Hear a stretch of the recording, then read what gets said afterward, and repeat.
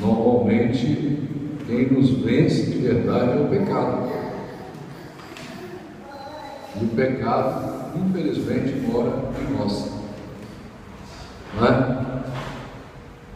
Com respeito ao que o pastor Gilmar estava falando aqui, do problema da igreja, já passei muito por esse problema e eu sempre fui uma pessoa muito auto-piedosa e sempre tive muita pena de mim, sempre me achava sempre coitadinho, né? E aí o que acontece?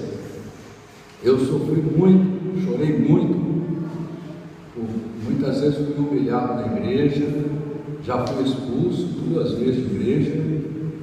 Eu ajudava no desafio de drogados, dedicava a minha vida naquele desafio, fui expulso de lá, né?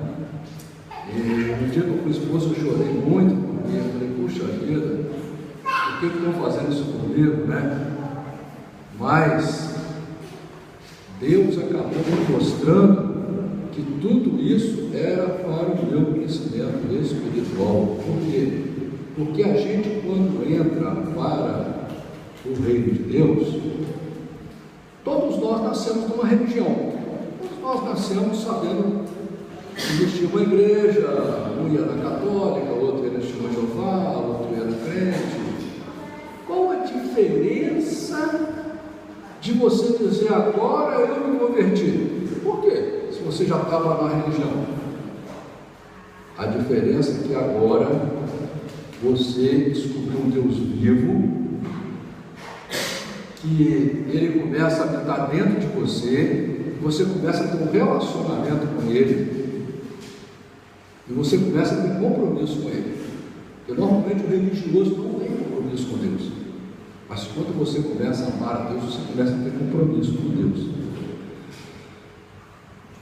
E aí, você entra com sentimento nisso.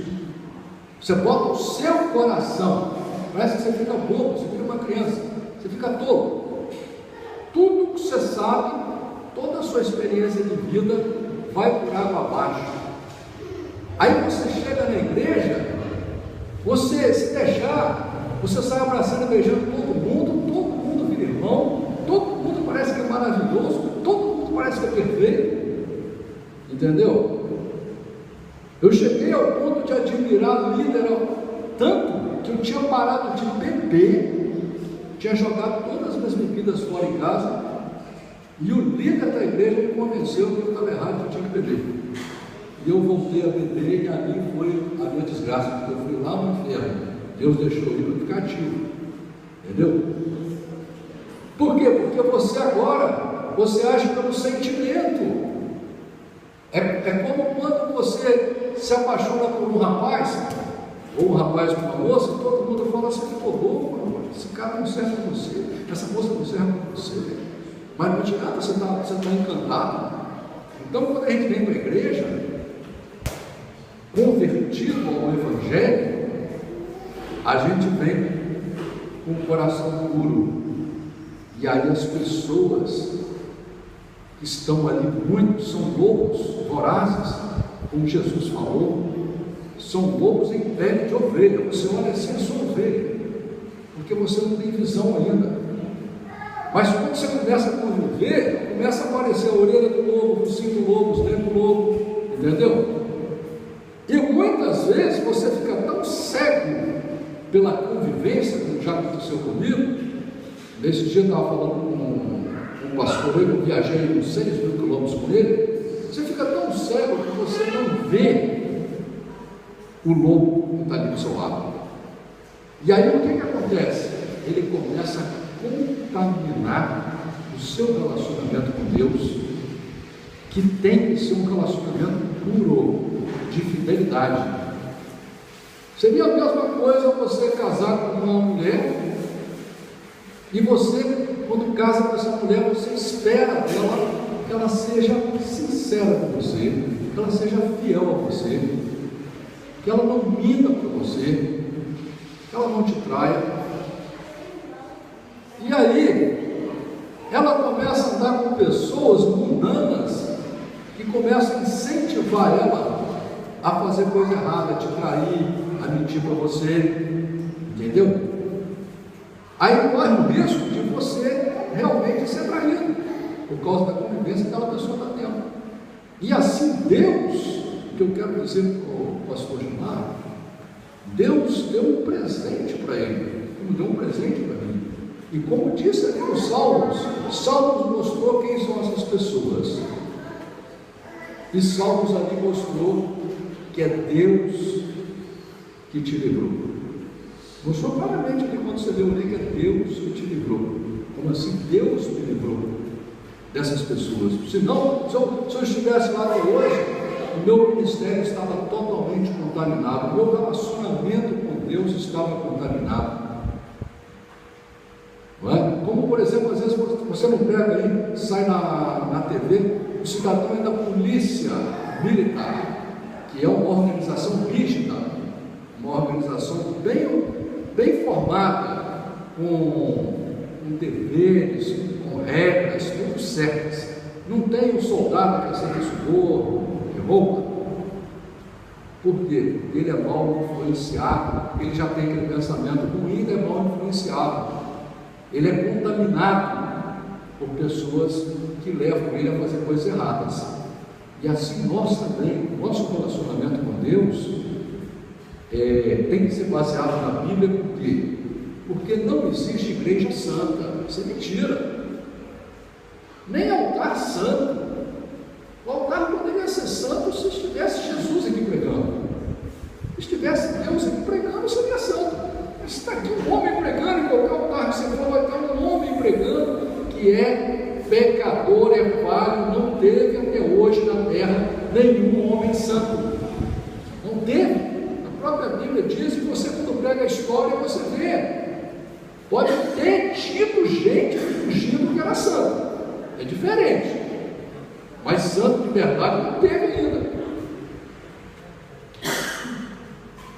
E aí o que acontece? Por que Deus escreveu a Bíblia? Para isso. Porque a mesma Bíblia que Deus botou na minha mão, a mesma Bíblia que Deus botou na mão daquele pastor que foi infiel a você, que foi infiel a mim, é igual, é a mesma Bíblia que tem na mão sua, na mão de todo mundo aqui na terra. Por que Deus fez isso? Para que você não seja enganado, para que você conheça o verdadeiro caminho de Deus, para que você possa ter um relacionamento com Deus fiel. E é tudo que nós queremos. Por que nós criticamos as autoridades constituídas no mundo inteiro? Por que nós criticamos elas? Criticamos elas quando elas falham na lei, quando elas desobedecem a lei, quando elas são desonestas, quando elas mentem, quando elas roubam. Nós criticamos elas. Não é? Por quê? Porque nós queremos um mundo justo. Nós queremos conviver com pessoas honestas. O próprio ladrão bota alarme na casa dele. O próprio ladrão faz segundo do carro dele. O próprio ladrão usa até arma para se defender contra outro ladrão. Ele quer roubar, ele não quer ser roubado. Por quê? Porque Deus já escreveu dentro de nós esse desejo da honestidade, da sinceridade, da fidelidade, da verdade. Por isso que a Bíblia é tão importante para nós. Por quê? Embora o nosso ser espiritual ame a verdade, ame a fidelidade, anseia as coisas do bem, todos nós somos infiéis, mentirosos, falhos e pecadores e egoístas, não é? Essa é a verdade. Por isso que tem que ter igreja, para você vir ouvir a palavra de Deus, para você ouvir louvores e poder apresentar o seu pensamento, o seu desejo a Deus, para você congregar as pessoas, né? as pessoas ajudarem através da convivência, com a presença delas, com as palavras delas, porque Deus, meu irmão, Deus usa a pessoa mais simples que está aqui, a pessoa que ainda que nem pensa em compromisso com Deus, não se muda, porque quando Deus te toma, Deus te traz da igreja, Deus já está pronto para te usar. Deus usa. Deus usa. Às vezes uma palavra que você fala e ajuda uma pessoa que vem à igreja. A tua palavra é importante. Muitas pessoas estão achando que para elas virem ao altar do Senhor, ou para elas pregarem, ou para elas falarem de Deus, elas têm que receber uma instrução superior, têm que saber falar bonito, têm que ter conhecimento. Eu digo para você, a única coisa que você tem que ter, a única, é o desejo de servir a Deus, só isso. Ter temor a Deus, ter respeito pela palavra de Deus, ter gratidão pelo que Deus fez na sua vida, porque uma palavra sua falada aqui no altar, ou falada para alguém na rua, de Deus, falada com sinceridade, com amor, ela vale mais do que um discurso de 1 a 2 horas de um grande pregador.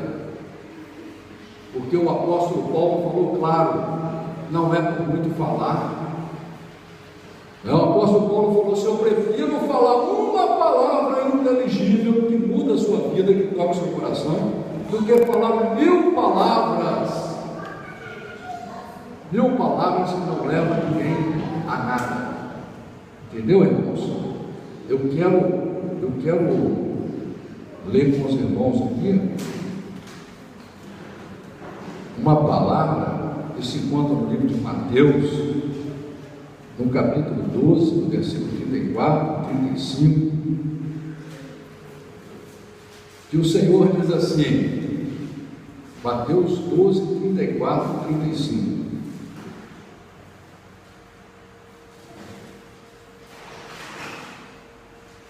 E uma coisa que eu estava lendo hoje, eu estava examinando, é quando Jesus disse, os discípulos disputando quem era o maior, Jesus falou: se você quer ser maior, vai ser o servo do outro. Por isso não tem como ter papa, não tem como ter santo, entendeu? Não tem ninguém melhor do que você, meu irmão, minha irmã. Não tem. A única diferença é aquele que assume a aliança com Deus, assume ser servo de Deus, e aquele que ainda está em cima do muro, não se decidiu ainda. Mas Deus, Ele não faz diferença entre pessoas, e Deus não olha como a gente olha. Deixa eu ver agora quanto que essa pessoa conhece da palavra de Deus. Você pode conhecer um versículo da Bíblia, mas se você tiver temor por Ele, amor por Ele, e falar Ele de coração, é esse que Deus assina embaixo. A maior pregação é essa, aquela que você faz com sinceridade, você faz para Deus.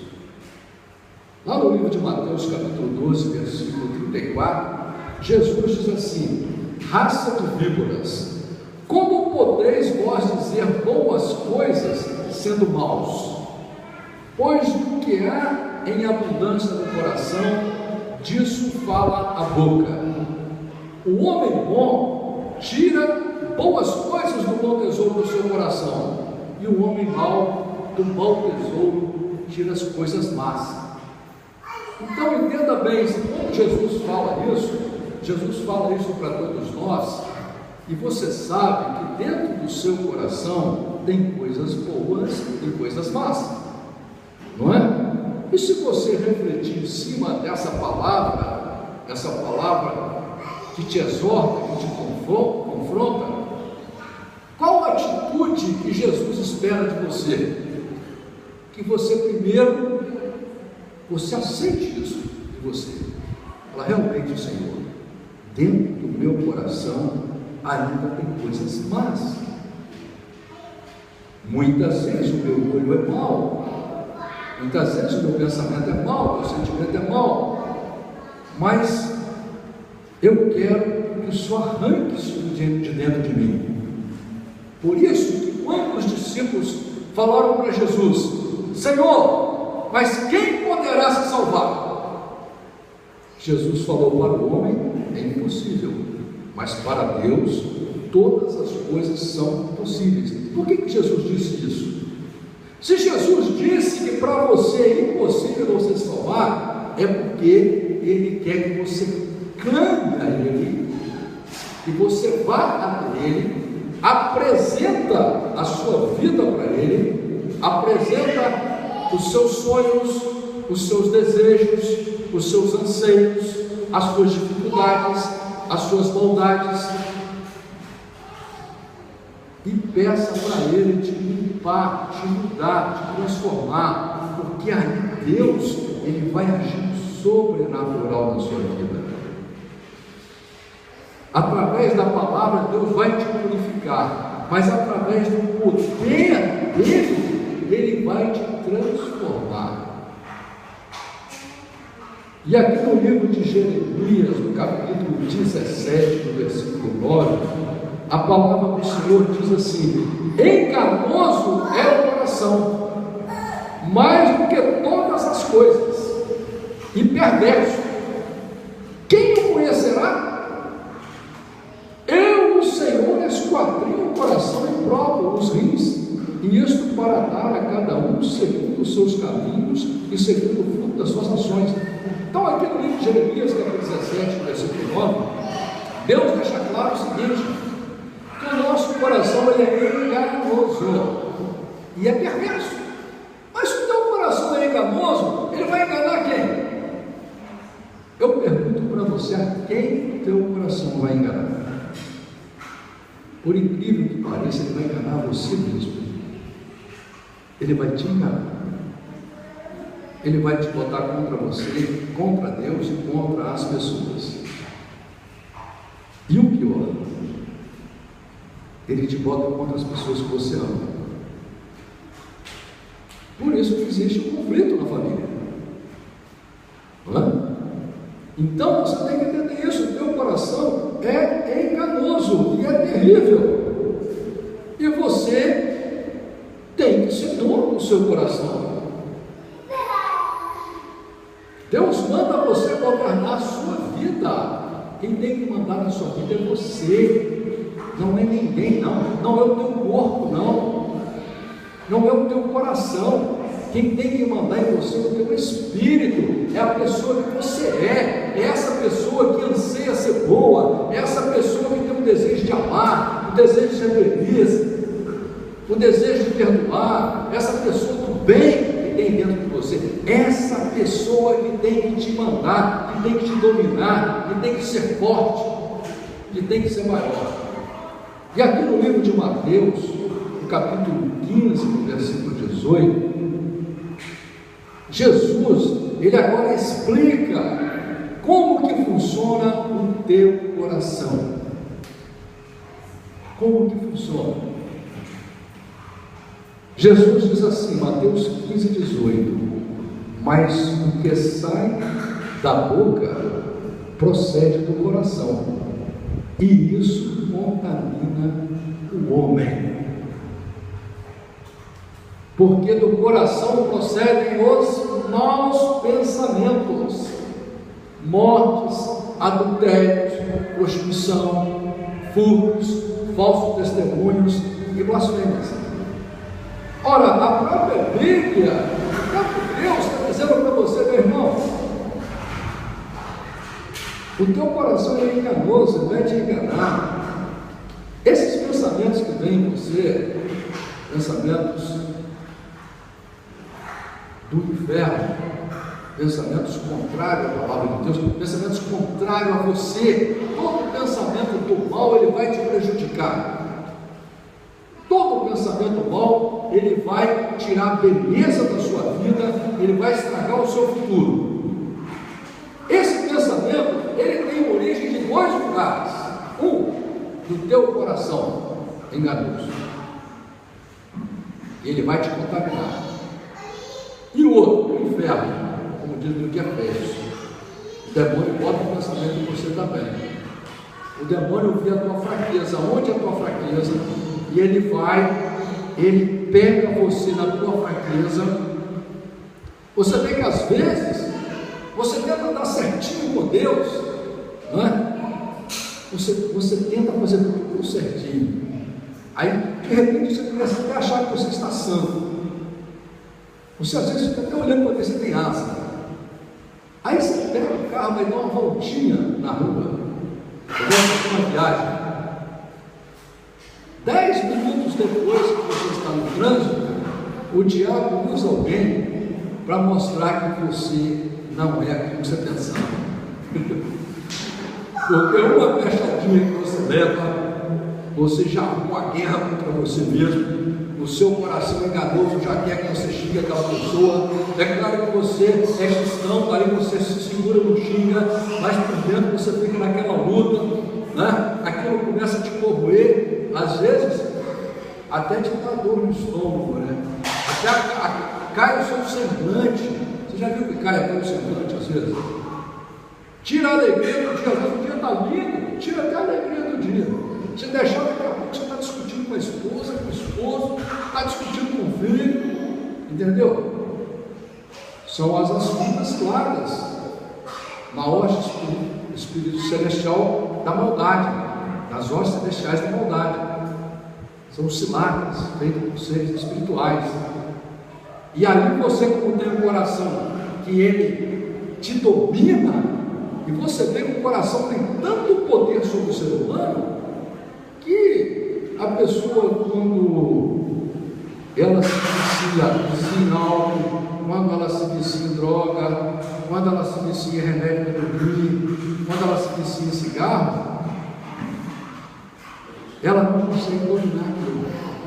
Aquele vício é mais forte do que o desejo dela. Ela domina ela por inteiro. Por isso que Jesus falou para Caim: Caim, esse pensamento vai tomar conta de você. Deus falou para Caim: Caim, teu semblante está descaído. Se você deixar, o pecado vai entrar dentro de você e ele vai ser dono de você, ele vai te possuir.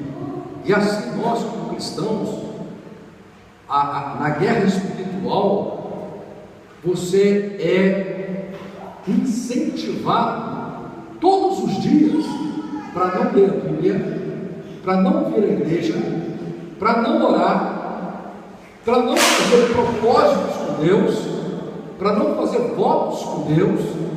Você sabe que o cristão, ele tem que fazer votos com Deus, tem que fazer. A gente, quando casa, a gente faz votos com a esposa. Às vezes você planeja: vamos no final de semana no cinema, vamos numa pizzaria, vamos numa churrascaria, vamos tirar férias, vamos passear, porque você quer uma intimidade, você quer se entregar mais para aquela pessoa que você ama. Com Deus também, meu irmão.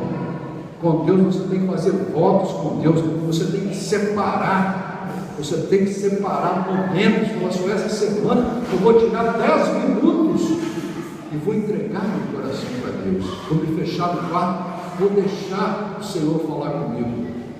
Eu quero ter um encontro com Deus, não é? Porque há uma conspiração contra você muito grande para que você não se entregue a Deus, para que você não ame verdadeiramente a Deus. Mas uma coisa tem que entender, irmão: Deus é contigo. Deus quer o teu bem, Deus quer o melhor para você, Deus quer te ver feliz. Porque essas mesmas palavras que Jesus disse também que se você que é humano, que é ruim, um filho te pede um pão, você não dá uma pedra, quanto mais Deus. Deus quer o melhor para você. Deus tem colocado a mão dele na sua vida, Deus tem te direcionado, Deus tem te guiado, Deus tem te chamado. E você fica pensando: você vai ou você não vai? Mas o que a mensagem de Deus para você nessa noite é para você ser humilde, ser simples, rasgar o teu coração, falar: Senhor, eu quero te amar, Eu quero me entregar a Ti. Eu quero ser Teu amigo de verdade. Não há amor melhor do que o Teu, Senhor. Não há amor melhor do que o de Deus. Leia 1 Coríntios capítulo 13, que você vai ver o amor que Deus escreve ali.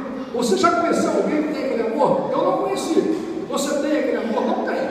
Mas é aquele amor ali que nós precisamos. Todos nós. É aquilo que nós buscamos nas pessoas que um dia nós encontramos e amamos e entregamos nossa vida para ela. Passamos a ser escravo de alguém. Não ser casa, não ser escravo de alguém. Sabia disso?